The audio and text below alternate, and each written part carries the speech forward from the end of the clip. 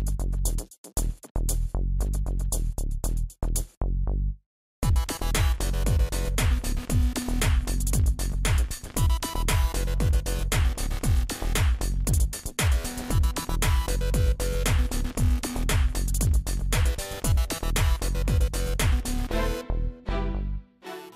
name's Andy Serkis, and I'm here to talk about performance capture, about the future of performance capture, digital roles, and the world of acting within that digital realm. Primarily, the thing that you touched on that is important to me is the realization that performance capture is a technology. It's a means by which you capture an actor's performance. It's not a movement. It's not you don't change anything about the way that you act. It is capturing an actor's performance. It's just instead of doing it in 2D or 3D or it's 360 degrees. You're capturing every single nuance of facial expression, audio, physicality, and therefore, in terms of the acting process, yes, the usage of it is for the meeting of an actor with an avatar role. But in terms of the process of acting, the embodying a character psychologically, physically, emotionally, there is no difference, between playing a performance captured role and a live action role. However, what is really crucially important about performance capture is that it enables you, it gives you a liberation, and why I'm so devoted to it as a technology. Or the use of it as a way, as a portal through into creating characters, is because it is absolutely unlimited. So as a transformative actor, as an actor who, when I started in theatre, was always about saying something about the human condition by transforming myself into a character that was further away from me to enable to say something about the, that I felt was I was able to say more about a character the further away it was from me. This technology allows you to do that to the nth degree. So it happens to suit my sensibility of what acting is for me. Two different things I'd like to talk about. One is where I'm at now, which is, of course, performance capture technology is as I use as an actor, but also as a producer, filmmaker, director. I have, with my business partner Jonathan Cavendish, who's a film producer, we have a stage in the UK which is a laboratory for furthering the art and craft of performance capture. So we service other people's films, video games, television programs, and interactive movies, and also we're looking at performance capture in the live theatre space on a daily basis. And we work with directors, writers, other performers. We have an ensemble troupe of performance capture actors. I'm directing my own pieces. So the technology as such is very much part of the fabric of my day-to-day.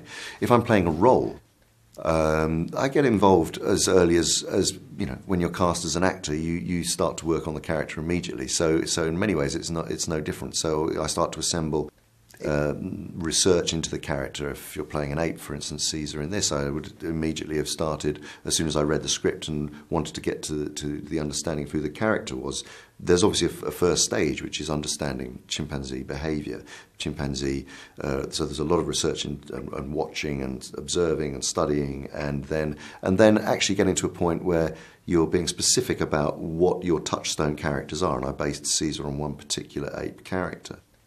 Then you take it and then you start to go, okay, well, how does that, where's the Venn diagram between an ape, a specific ape you're basing it on, and the specific emotions required for the scene that somehow tune in with who I am as a human being, and how do I make those things cross over each other? Because you're obviously putting yourself under the microscope for most of the time.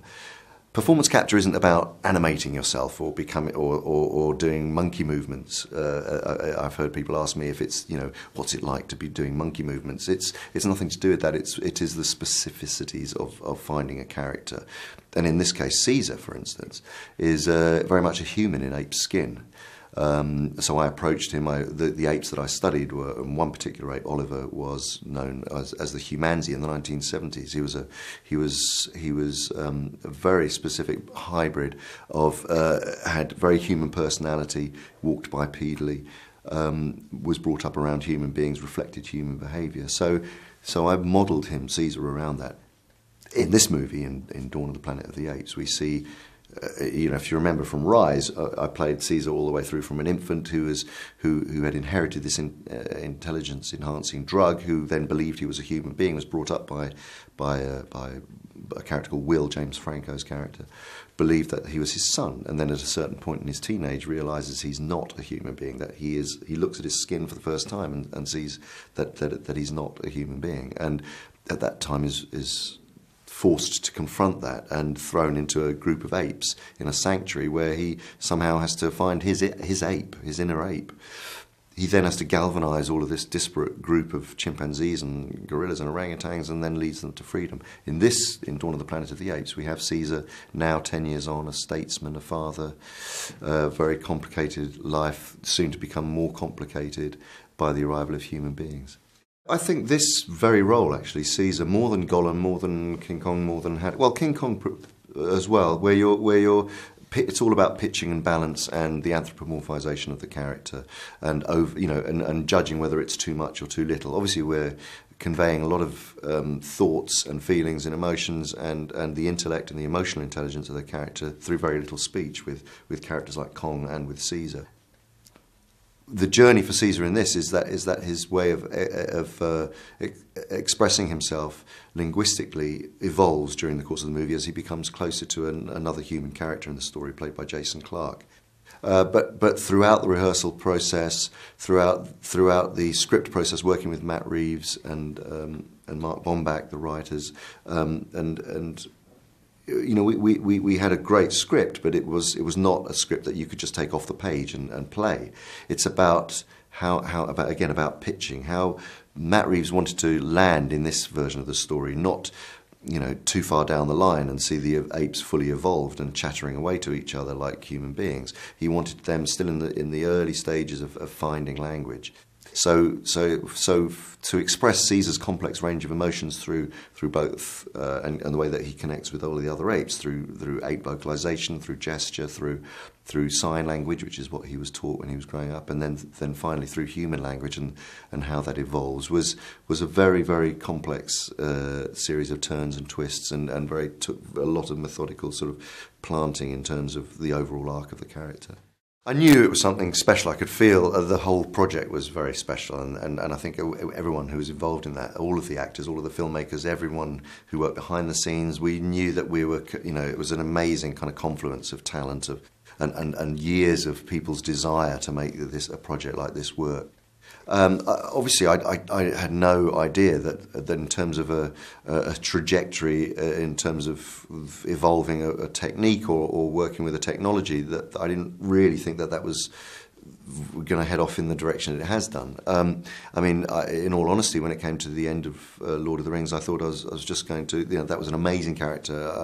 I'd really adored playing it, but I then fully expected to go back into the world of more traditional acting, and that was very much an anomaly and an extraordinary anomaly, but nevertheless, that was going to stay where it was. And as an actor, I tend to want to transform myself anyway, but I just sort of thought that would be it. And then, in fact, in 2003, Easter Sunday, it was also my birthday back then, and it was the day that Peter asked me to play King Kong, and it was just as we were wrapping up on Lord of the Rings, and I thought, oh, wow, there's another stage to this. This is another adventure. Okay. Wow. Well, the thing about Gollum is that Gollum, you understand where Gollum's coming from because he can speak. Gollum and Smeagol talk to each other all the time. We understand his psychology. We know where he's coming from.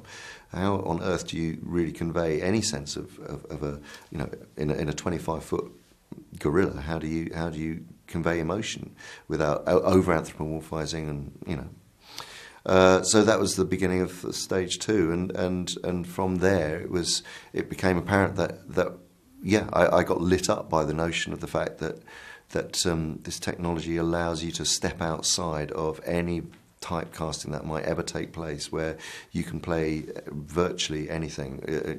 You're not hemmed in by your sex, your colour, your height, any constraints that are normally put on an actor when taking on a role.